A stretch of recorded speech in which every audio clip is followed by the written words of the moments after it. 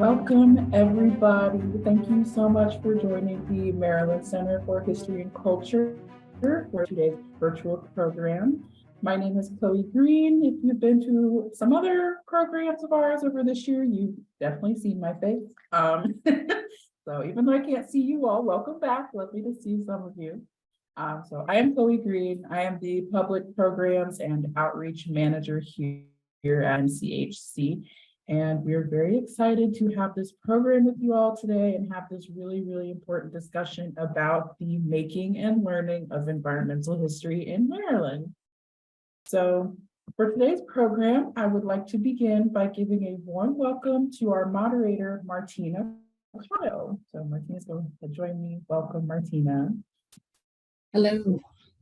So Martina is our wonderful Vice President of Research and France Merrick Director of the H. Furlong Baldwin Library. She will be introducing our presenter for the day and joining her for discussion and Q&A at the end of the presentation. So I'm going to go ahead and pass it to Martina, and I will see you all at the end of this program. Thank you so much, Chloe. Welcome, everyone, and thank you so much for joining us for this Earth Month and Earth Day public talk. As we know, April is Earth Month, and this coming Saturday, April 22nd, is Earth Day. So what better way to celebrate than with a talk from one of our very own researchers at the H. Furlong Baldwin Library. So with us today is Sophie Hess. She has been researching in our library since June last year, and she's actually almost done with her program here with us with the Lord Baltimore Fellowship that she's part of. So we're excited to welcome her. I see already a couple of friends in the chat are saying hi and telling us where they're logging in from, some familiar names. I like that. Hi, Sophie, welcome. So before I hand it off to you, I would just like to give a brief introduction to our audience here so that they know who they will be hearing from. So Sophie Hess is a writer, researcher, and PhD candidate in history at the University of Maryland. She focuses on environmental, cultural, and labor histories in the early mid-Atlantic. Her dissertation examines industrialization and ecology in the Patapsco River Valley. And Sophie holds a Bachelor of Arts in History from Oberlin College. And in addition to her Lord Baltimore Fellowship at MCHC, her work has also been supported by the Library Company of Philadelphia and the McNeil Center for Early American Studies at the University of Pennsylvania. And I see all this is also in the chat, so you can take a better look at it. Before I hand it off to Sophie, one more reminder to, please talk to us in the chat. Let us know what you're thinking about the talk and the subjects that are being presented and where you're tuning in from today. At the end of Sophie's talk, we'll leave some time for your questions that we're looking forward to very much. So please use the Q&A function that is on the bottom of your Zoom screen for those. And myself and Chloe will be tending to those toward the end. Welcome. The floor is yours. Great. Thank you so much, Martina. Everybody hear me okay? Okay, so thank you all so much for being here today. I'm going to go ahead and share my screen. Okay, so thank you so much to the Maryland Center for History and Culture for inviting me to give this talk today, and particularly to Chloe Green and Martina Kado for their work in making sure that everything came together smoothly today. So I also want to thank the archivists and the staff at the H. Furlong Baldwin Library for all of their assistance this year. And for the last 6 years, really, I've been working with their resources for a really long time as I've written my dissertation. If you haven't had the pleasure of visiting the library before, it's an incredible resource, and I'd really encourage you to check it out if you're in Baltimore. Many of the images that I share today are going to be coming from MCHC's digital collection. So the talk that I'm giving today is really a broad introduction into what environmental history means, and specifically what it means in the context of Maryland. First, I'll talk about the question broadly, and then I'll show you 3 historical case studies. Each contain details and themes from my doctoral dissertation, which I will defend next spring, And that is basically a case study of industrialization, culture, and environmental change on the Patapsco River. But while I'm trained as an early Americanist and my dissertation is primarily focused on the 18th and 19th centuries, here I really want to underscore how relevant these histories are to contemporary issues of social justice, or of environmental justice specifically. And so I'll be connecting from the past to the present a lot. I'll also preface that I'm going to cover a lot of ground here, but this is also in no way, shape, or form meant to be comprehensive. And I'm barely even going to scratch the surface of a lot of topics, like fish, for instance. That said, I hope that this can be a starting point for what it means to do environmental history. So what is environmental history? At its most basic, if history is the study of the past, then environmental history is the study of past ecologies and environments.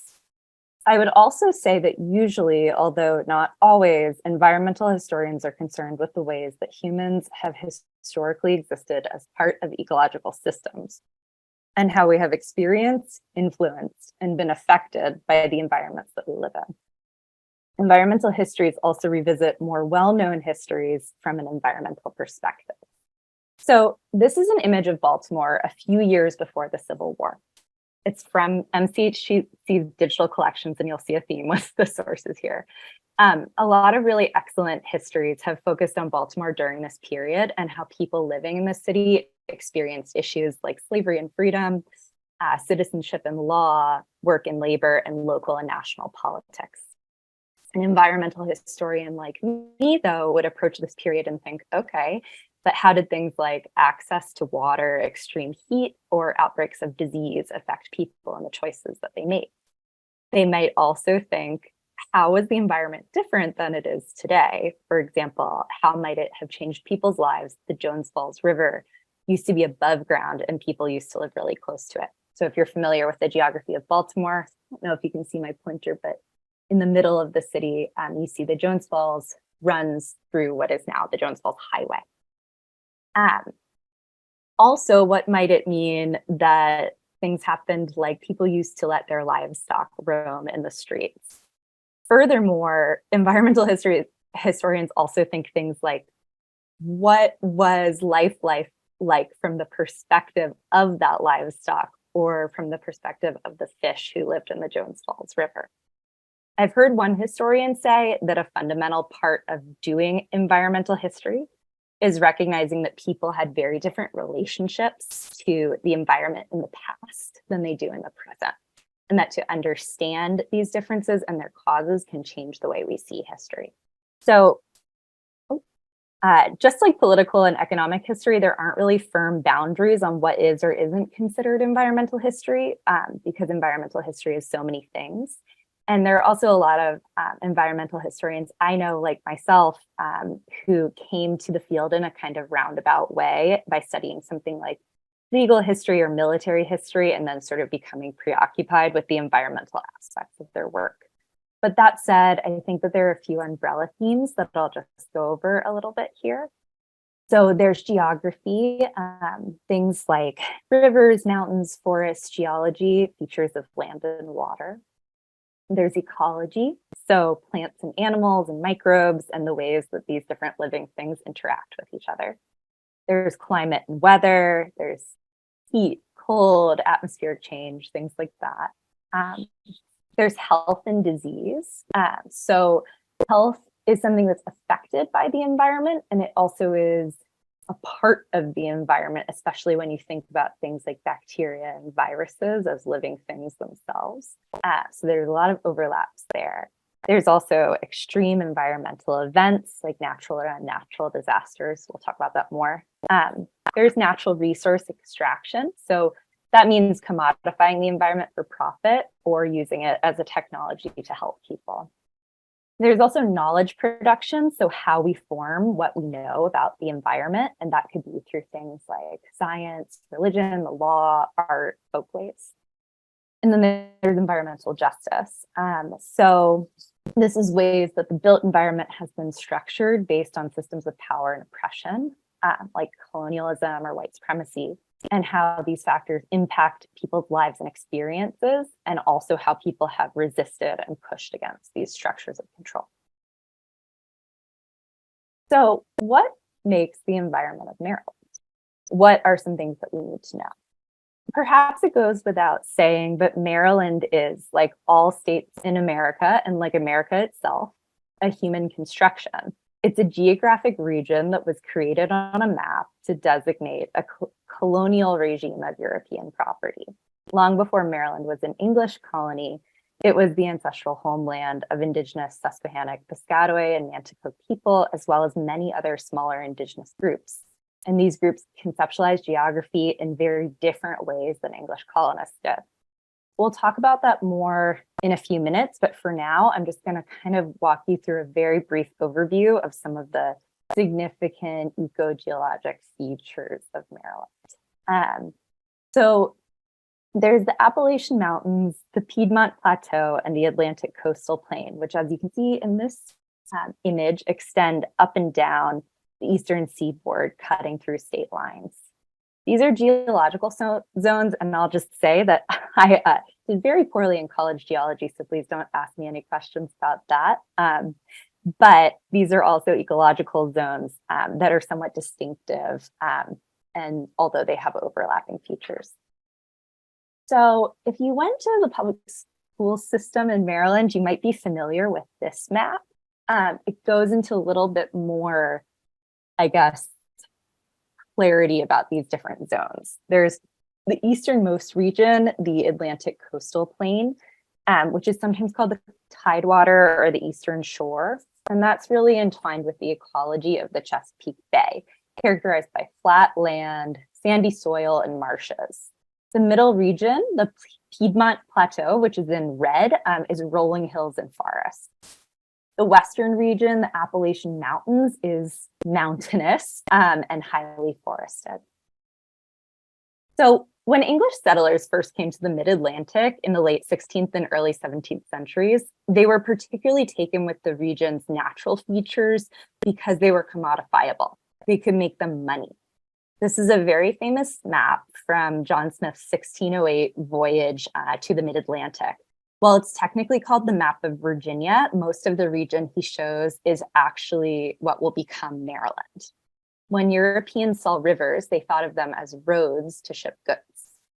Land could be used to farm crops, and forests contained wood to build infrastructure and fire furnaces. This map is very clearly meant to advertise the land as a place that could be profited from.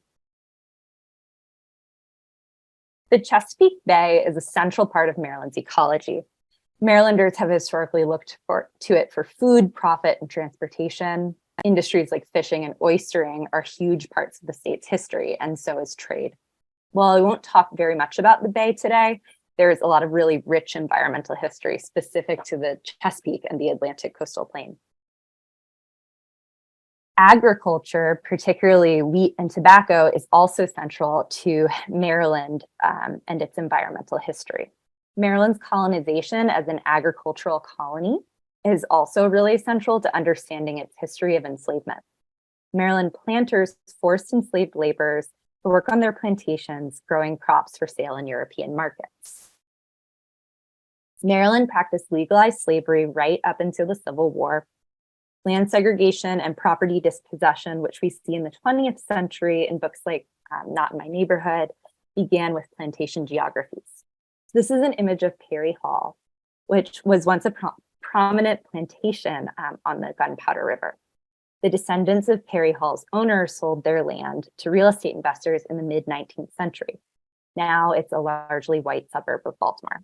Perry Hall isn't the exception, it's the logic of geography and property history in the state. If you live here, I'd venture a guess that you live on land connected in some way to the state's plantation history. Maryland also contains geological resources like iron ore, mapped here, which have influenced the state's geographic development. Iron and later steel became major exports in Maryland, and I'll talk about that more.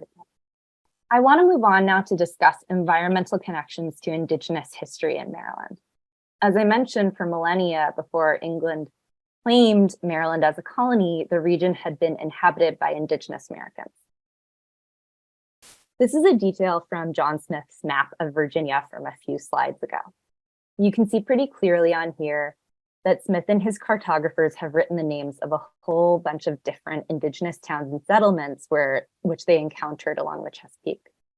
Most of these names are Nanticoke, which was an Algonquian language, which was spoken by a lot of different groups in Southern Maryland, which included Piscataway people.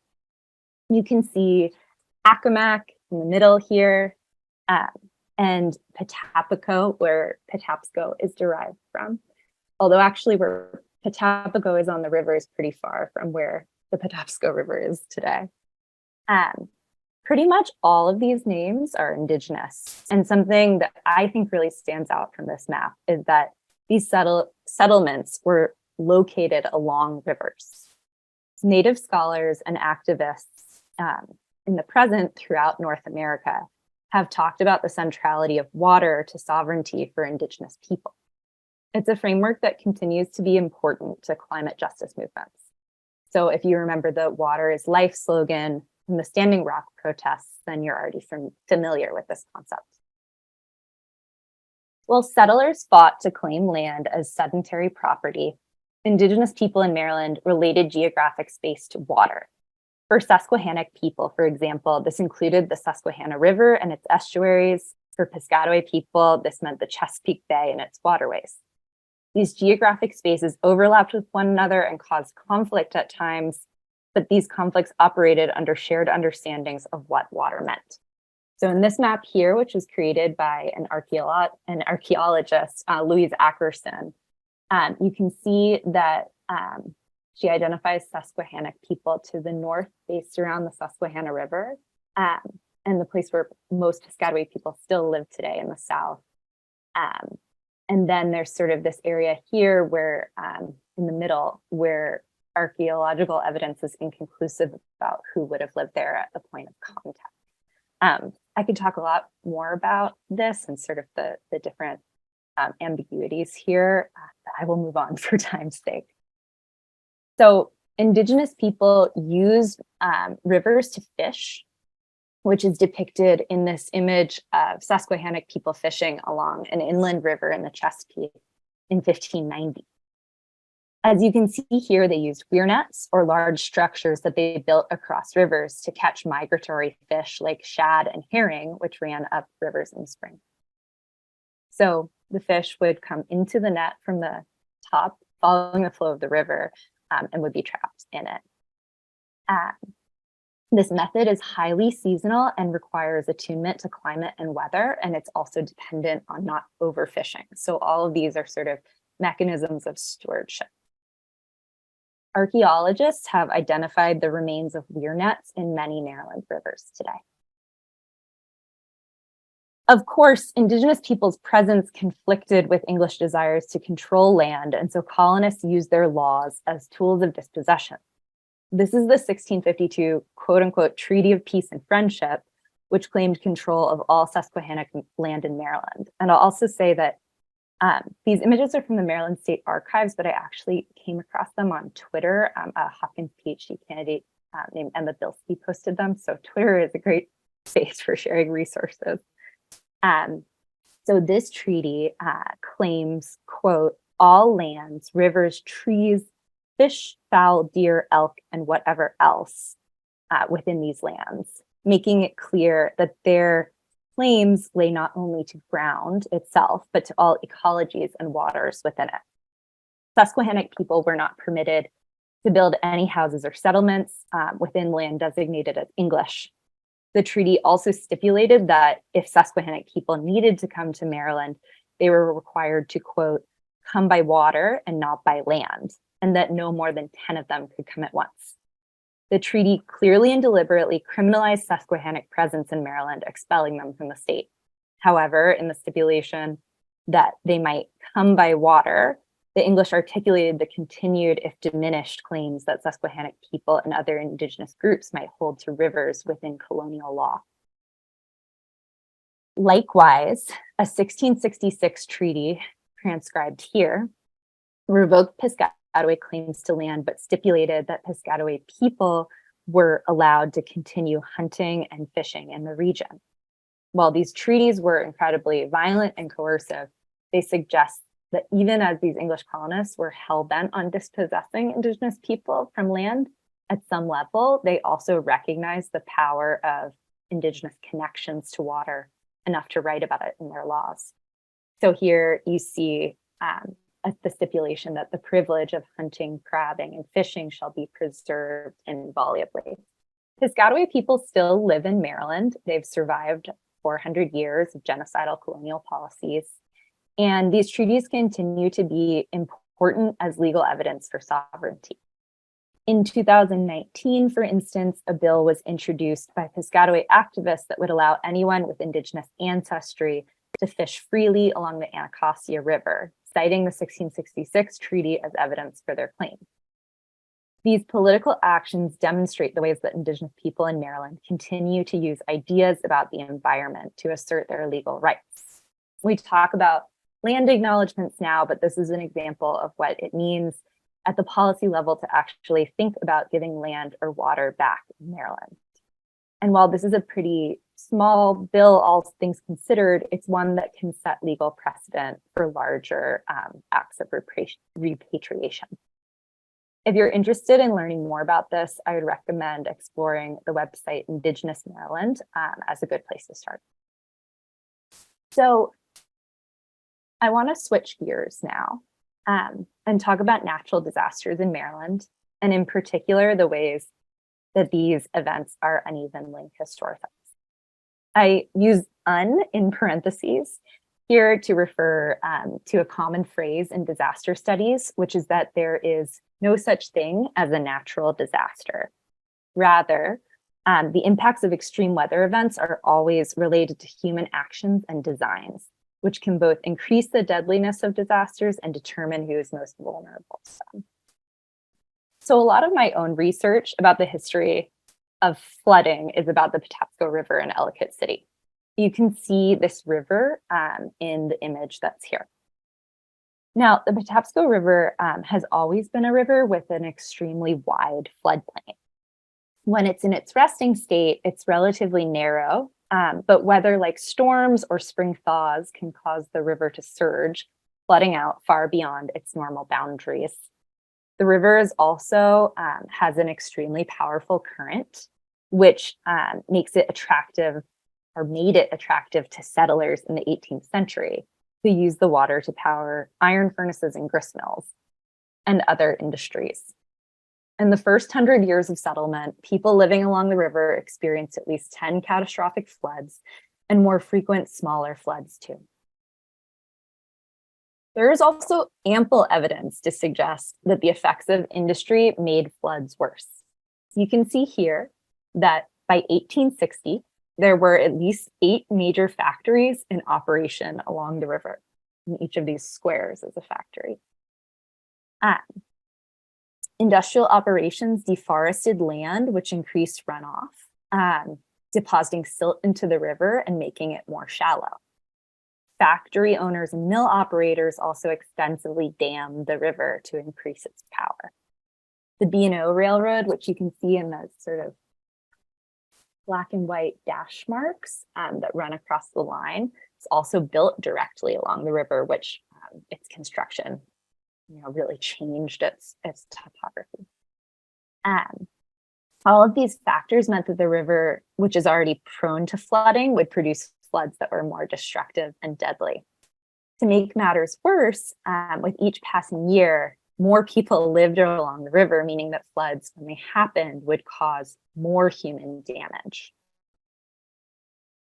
In 1868, a particularly catastrophic flood hit the Patapsco Valley, killing over 30 people. The flood made national news. Lithographs in Harper's Weekly circulated throughout the country, and the news was syndicated in papers as far away as Iowa. The news depicted only white victims of the flood and represented the event as an act of God divorced from any human cause. To a much lesser extent, the media also portrayed a flood along the Jones Falls in Baltimore, which had taken place on that same day in 1868. With this flood, less was mentioned about the victims, and damages were mostly discussed in regards to buildings and infrastructure. So this is an amazing map, which is part of a 19th century pamphlet that is held at MCHC, and there's also a copy at the Baltimore City Archives. And I just want to shout out the archivist Jenny Spammer at the Baltimore City Archives, who helped me to get this digitized. It's a very document. It shows the extent of the flood in Baltimore, and it suggests that the area that was impacted was primarily a place where poor workers lived. The differences in the ways that these floods were covered has to do with who is affected by the flood. And these differences continue to persist in historical memory. While the 1868 flood is frequently discussed in Ellicott City's historical record, little is known about the flood in Baltimore despite its extensive impacts. And if you're looking at that map, the little gray line that runs through it is the Jones Fall River, and then the line to the outside is the line of the flood. And you can see that everything that's sort of in here is buildings that were affected. There's a gas works, and it's a very industrial space because, like the Patapsco, people built along the Jones Falls to use its power to operate industry. The two kind of straight blue lines that run through are also the proposal for rerouting or straightening the Jones Falls, which at the time in 1868, they thought that would prevent further flooding from happening. It's something that we now sort of know doesn't always work the way it was planned in disaster mitigation, and it's not used as much anymore. So as you may know, many of you probably do know, Ellicott City has continued to experience devastating and deadly floods, including this one in 2018, which was covered by the New York Times. These floods are horrible, and they're likely to get worse with climate change.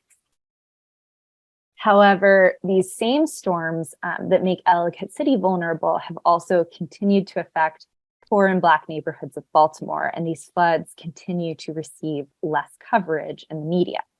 This article in the Baltimore Banner from 2022 asks, where was everyone when Southwest Baltimore flooded?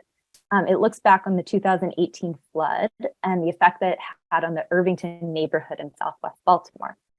As Pastor Michael Martin is quoted saying, there wasn't any general awareness that we flooded. It was eerie. Whereas for the next 9 months, I could just say Ellicott City and people would finish the sentence, fled.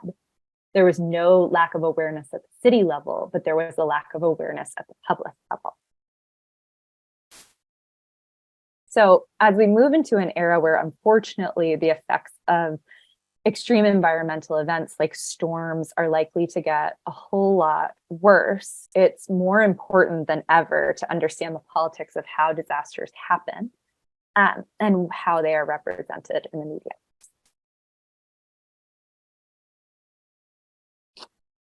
So for my final study, I want to take you to the history of the industrial iron industry. As I mentioned before, iron was a pretty significant industry in early Maryland and a precursor to the steel production of the 20th century. The dangerous and exceptionally challenging work of industrial labor has always been a site of labor struggle. John Smith found iron deposits along the Patapsco River in 1608, and by the early 17th century, the region had become a major zone of iron production. By the Revolutionary War, demand for iron had encouraged many more furnaces to be built throughout the region. Iron proprietors enslaved laborers at their furnaces and also exploited convict servants. In addition to working in the furnaces themselves, laborers were also forced to cut wood and deforest land to provide fuel for furnaces. And this is a lists from an account book at the Elkridge Furnace. And these are the big, huge books where they recorded sort of labor that enslaved people and convict servants did.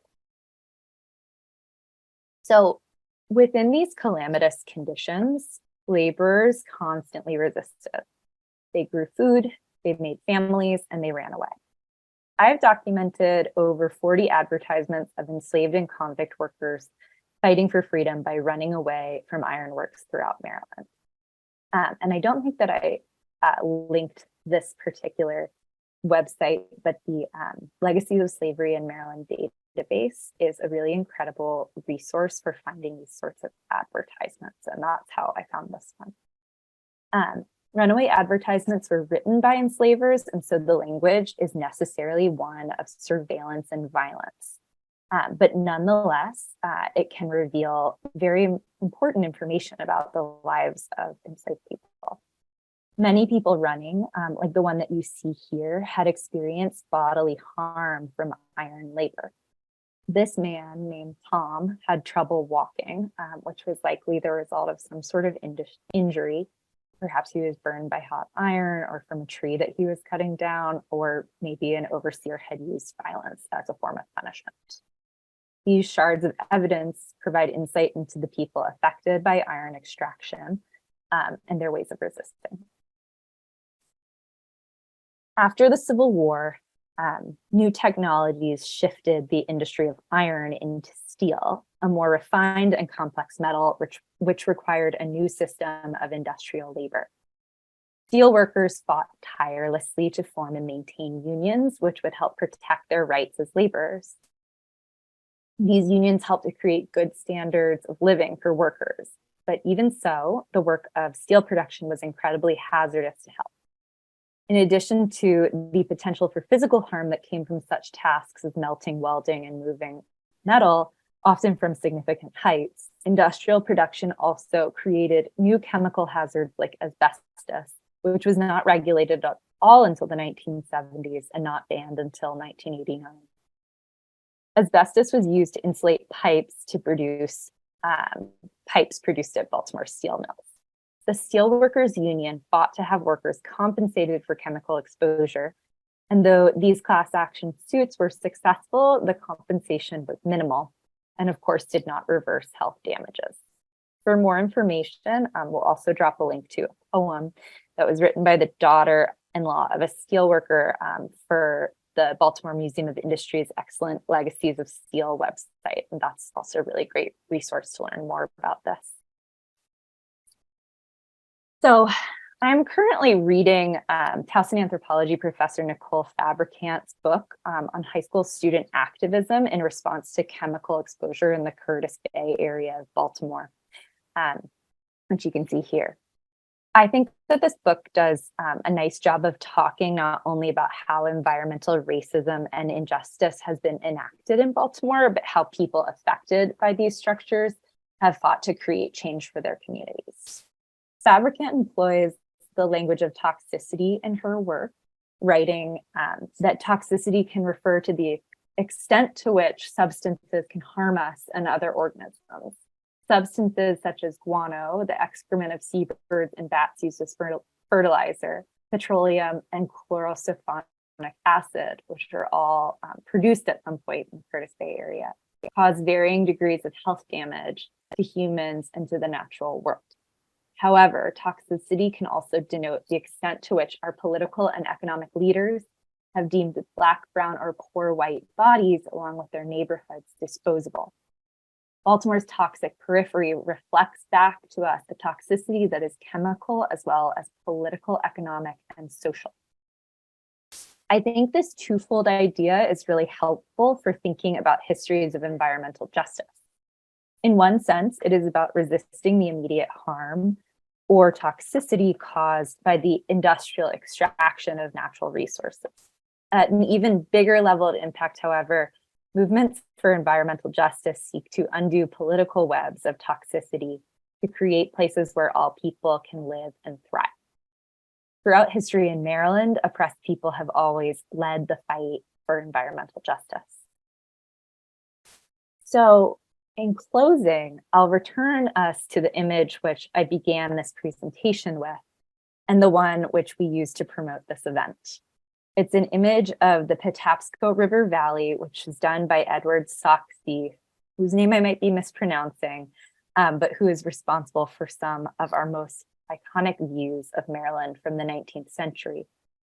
A print of this image actually hangs in my office, and I look at it a lot, thinking about the people, plants, and animals who lived in these hills and the industrial worlds which ran through it. I hope that when you see this image now, you might also think about the environmental histories it holds and obscures, and about what viewing history through an ecological lens can teach us about the places that we come from and the places that we live in today. So thank you so much, and feel free to get in touch with me. My email is on there, and I'm always eager for feedback and collaboration. Thank you so much, Sophie. This was super insightful. I was writing notes all the time, and I was trying to read the poetry as we got the link at the same time. So a lot of information. I would like to once again invite our audience to put their questions in the Q&A. There's a button on the bottom of your screen that you can use.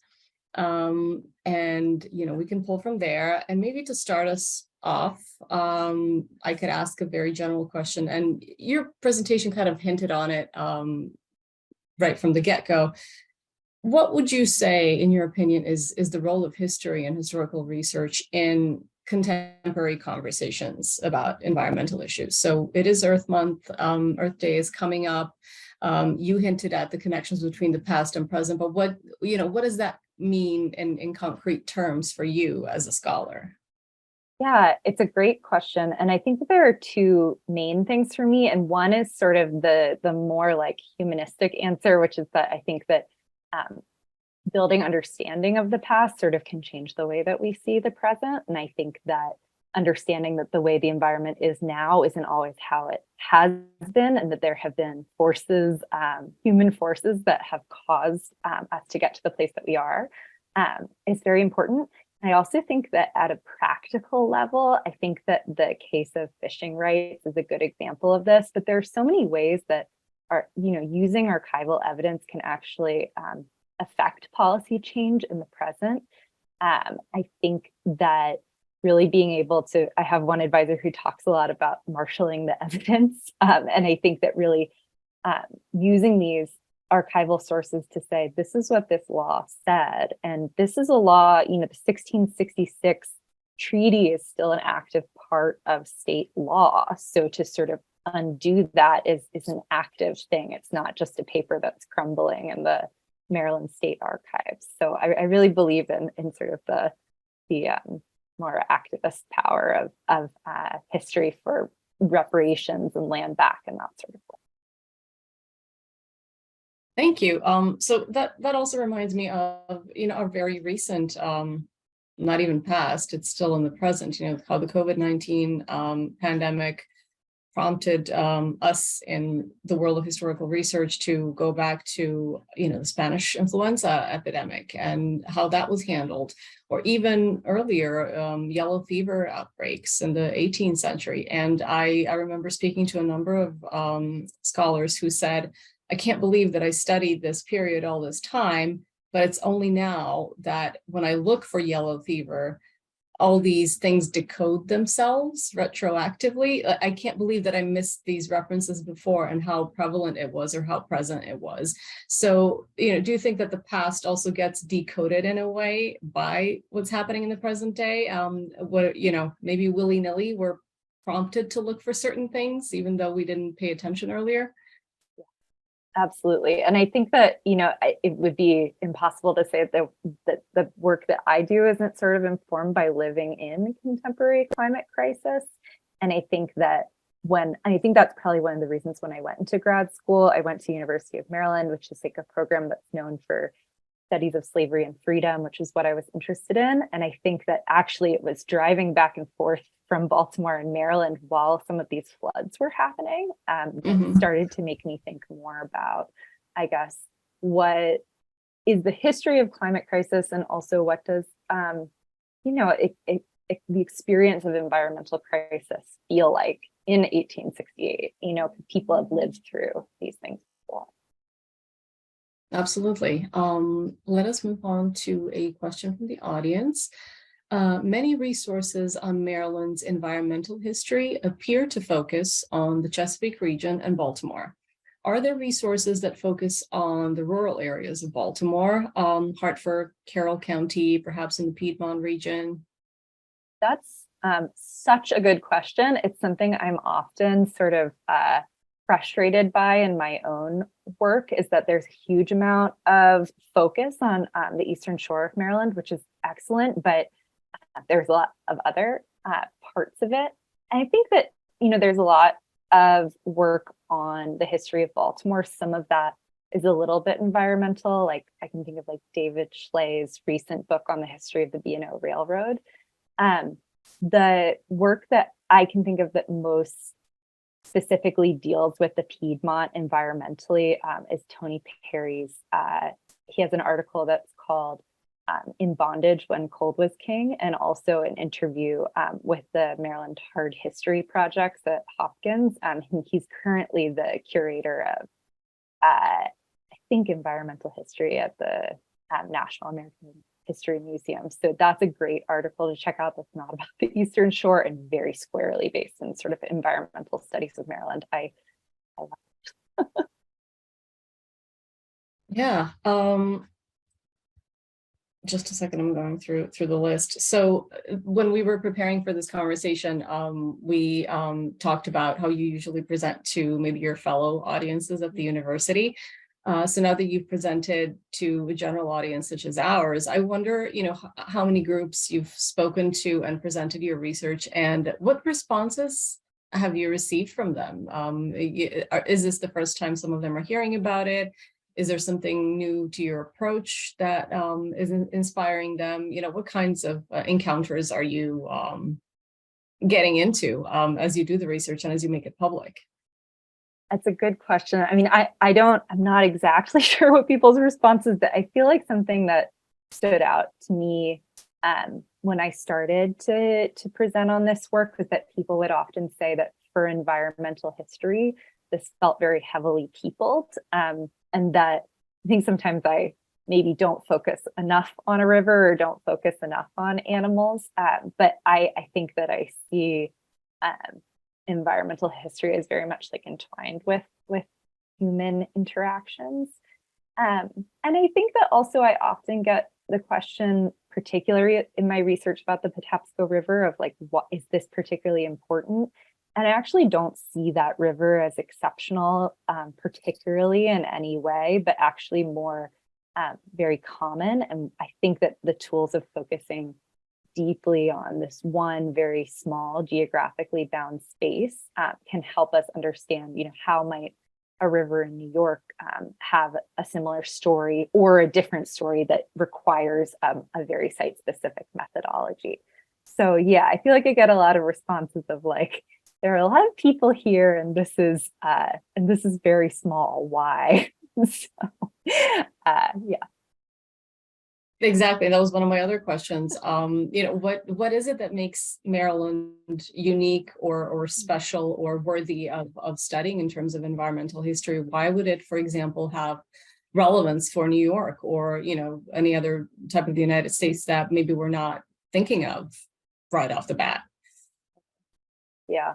And I think that I guess one thing about Maryland, and specifically why I think there's still a lot of work to be done in the 18th and 19th century, is that it's this kind of unique place as a border state. Like it's, and it's the state with the most free people right before the Civil War, but where slavery is legal. And I find that having lived in Maryland for most of my life, people in Maryland are always like, they'll ask me like, wait, so was there slavery in Maryland? And I think that that's something that requires a lot of early history work, but I think it's also those are things about the environment that we live in today that are kind of unique. I think the systems of like plantation agriculture and industrial slavery in Maryland are different than they were if you look at the Low Country South or, the like Cotton Kingdom or places like that.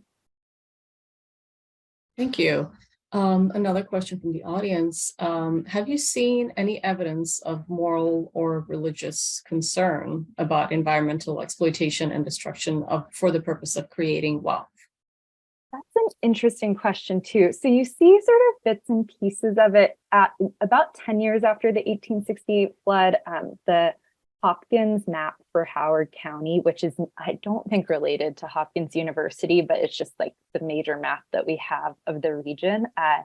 Somebody wrote a history of the county, and in it, the history discusses the flood and talks about how the flood was maybe caused by these different factories, or maybe they I think he says something about they flew too close to the sun or something like that.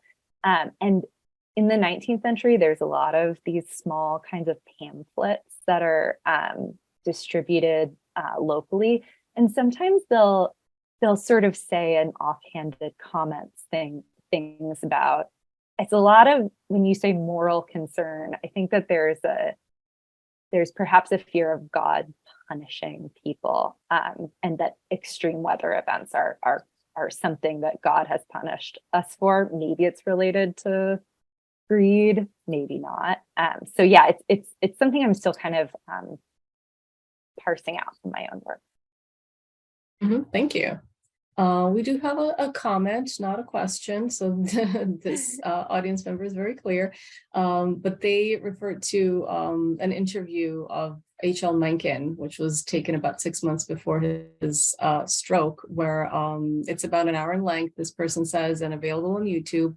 But there are several minutes where Mencken discusses Baltimore in the 1880s and the rampant disease that afflicted the city every summer, where people slept with mosquito nets. So it is interesting. I hosted, I think during the pandemic, I hosted a program on Latrobe and how he was the founder of the profession of architecture in the United States. And it was based on a book that we were promoting by Dr. Jean Baker. Mm-hmm. And I don't think that if we had not been in the middle of a pandemic, I don't think I would have noticed that he died of yellow fever. It would have been, another passing in the 18th century by a cause that we considered maybe common, but there was definitely a renewed sense of that environmental aspect during that. We have one more question. Oh, did you have a comment? Sorry. Oh, yeah, no. Didn't mean to interrupt you. I was just going to say that also, I think that this is also important that people in the Baltimore City health records, people are absolutely in the 19th century, fixated on the Jones Falls River and the harbor as sites of illness. They think that and probably to some extent, standing water does cause certain illnesses like dysentery. But it's really a preoccupation. It's how are we going to get this river under control? And that was something that really surprised me. I'll have to look at the H.L. Mencken interview. I'm not familiar with it, but it's interesting, right? Totally. Yeah. So I was intrigued by the bit of poetry that you cited as well. And I'm just going to say this because my background is in literature. I would say this is prose and verse rather than poetry. But it's thank written you. As a poem, but it to me feels like I just had to say it. But it's a really interesting form of discourse to discuss something like this. Have you come across any other extraordinary or unorthodox ways where it's not just scholarship or newspaper articles, where it's firsthand accounts like this? Because clearly this person felt that this was the medium for her to explore how she felt about this issue. Any other primary sources that surprised you or you found really interesting in terms of their format or how they approached certain things? A really good question. I don't, a couple of things that come to mind, and I don't know if this is exactly what you're thinking of. I have, historians always say, I would love to have a diary. And finally, after 6 years of spending time in archives, I actually found a diary that a mill owner was keeping along the Patapsco River during the 19th century. And that was really fascinating because he was recording the floods as they were happening, mostly just thinking about what it meant for him and his business and his family. And that has a very different tone to it than you read a newspaper source or when you read a scholarly article, when somebody's just sort of like looking inward in that way. There's also this source that the Maryland Center for History and Culture has, but I haven't figured out what to do with, but it's really interesting. It's Martha Ellicott Tyson's collection of rocks. And I think it's just a list of the rocks, but I find that collecting is this very interesting way of experiencing the environment. And, she was an Ellicott, so she was involved with a lot of this industry. So I haven't quite figured out what to do with that, but it's a really interesting source. That really is. That adds a material aspect to the whole thing. Thank you for mentioning that. I think we had a question that I lost, but I'm going to ask it from memory, from seeing it on the screen. Are there colonial botanical records of Maryland that you're familiar with? I do believe that there maybe is an herbarium at the University of Maryland. I haven't been able to visit it, and I don't know how far it extends back, whether it's colonial or not. But the way that I approach botanical history, and I do a bit of this in my work, is really to just read closely anyone who is living in the area, anybody who traveled through it, travel records, and anytime that they talk about this sort of environment or the plants that they saw. And I'm realizing as I'm saying this that I'm actually wrong. There is at the Virginia Center for History and Culture, there is actually a record from the Patapsco Female Institute that a 12-year-old girl pressed a ton of plants that were growing in the region as a scrapbook. And that record, I think, is from like the 1830s. So I think that's the furthest back I know. That's an incredible source. And I think that in Howard County, they're doing some public history work around that too. Thank you. We have a few more minutes. If anybody wants to squeeze in one or two more questions, we can definitely do that. We have another comment that might be worth sharing. Lynn Cherry's book, A River Ran Wild, is a children's book about the environmental history of the Nashua River. As a teacher of young children, I would value a children's book about the history of the Patapsco River. Please consider writing such a book. Oh my gosh. It was going to be one of my other questions. Where do you see your career going, environmental history as a career? Oh my gosh. Wow. I really love that idea. If anyone wants to write a children's book with me, let me know. I'm going to write that down. A River Ran Wild. Thank you for that. And I don't know. I certainly would be interested in pursuing a career in academic, teaching. I love being part of this community, but I also am interested in public history. And I'm also really interested in research, the aspect of this that is about sort of marshaling the evidence, doing sort of like legal consulting work or research with think tanks. If my career took me there, I would also be excited about that. So I don't know, I'll defend next year and I'll keep you all posted. Absolutely. We'd love to hear back from you. We do have one more question that came in. Do you have any comments on the navigability of smaller waterways in the colonial era, streams that today are not navigable anymore, even by small craft like canoes? Well, the Patapsco River definitely was. I mean, the oral histories say that, and the written histories say that it was navigable by boats until a certain point. And the reason it's not anymore, you can still run a canoe up the Patapsco, but certainly not a seafaring ship. And that has to do with siltation from industry. I don't know offhand about smaller waterways, things like creeks and stuff like that, but it's a really good question. So I'll have to sort of read more about that and get back to you. Don't let it prolong your project. You still have to defend next year.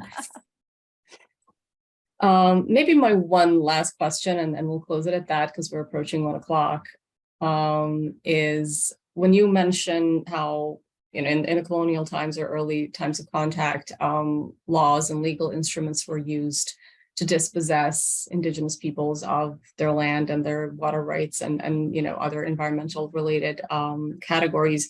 Are you using this research to, and you mentioned consulting work and legal work today, have you found reparations or repairing of those, relationships of broken trust happening today?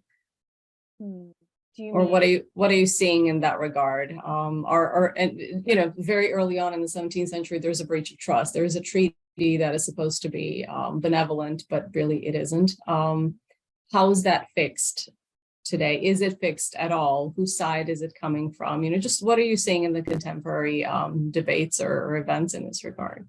Yeah, so I was sort of thinking about this as I was putting together this presentation, that I'm not a legal scholar and I'm certainly not sort of versed in how this works. But in one sense, my question is, are you, by sort of honoring a part of this treaty or asking it to be honored, are you legitimizing it? So I don't know the answer to that, but I would say that someone whose work has been, a legal scholar whose work has been influential to me on this is Elizabeth Ellis, who just wrote a book about the sort of small nations of the Louisiana Gulf Coast. Those, they're like petite nations, so very small, like, less than 1,000 people, are using sort of treaty claims to help try and get them access to I don't know if you call it reparations, but some sort of justice, as the land that they live on is actually sinking because of climate change. And that book's called The Great Power of Small Nations. So that's sort of where some of this work on like close reading legal treaties comes from for me, but it's not my training, so I don't want to sort of step outside my lane and speak too much about it. Thank you so much, Sophie, for joining us today and for working with us for almost the past year. I am so happy to, see your research evolve, and I can't wait for the dissertation to be done and for your blog post and, potential publications that come after. I really, really appreciate you taking this time to be with us today. And with that, I think we can hand it back to Chloe. Yeah, thank you, Martina, and thank you for doing such a wonderful job moderating. Thank you, Sophie, for taking time to share all this really important research with us. It looks like you have a lot of enthusiasts and colleagues and friends showing today. So thank you to everybody who's joined and stuck around. Sophie, I know some of your family's here, so hi. So we're so glad to have this program today, and especially to end our spring program series on such a high note with Miss Sophie. So thank you all for being here for our last spring program of the season. We will keep the Zoom room open for a couple more minutes and plug a few more resources in the chat, but all the links and resources shared today will be sent in a follow-up email when this program commences. So in the next half hour, you should receive an email, and it will contain a survey, and it will contain a resource page for all of the links and whatnot.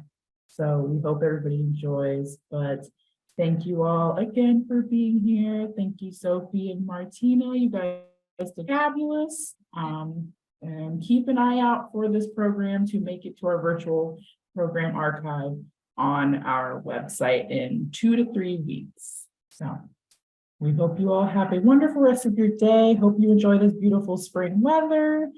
And we hope to see everybody back here in May for our upcoming Jim Henson exhibition, but also just to say hi and enjoy all the new fun programs we have coming up. Thank you so much, everybody. Thank you. Bye.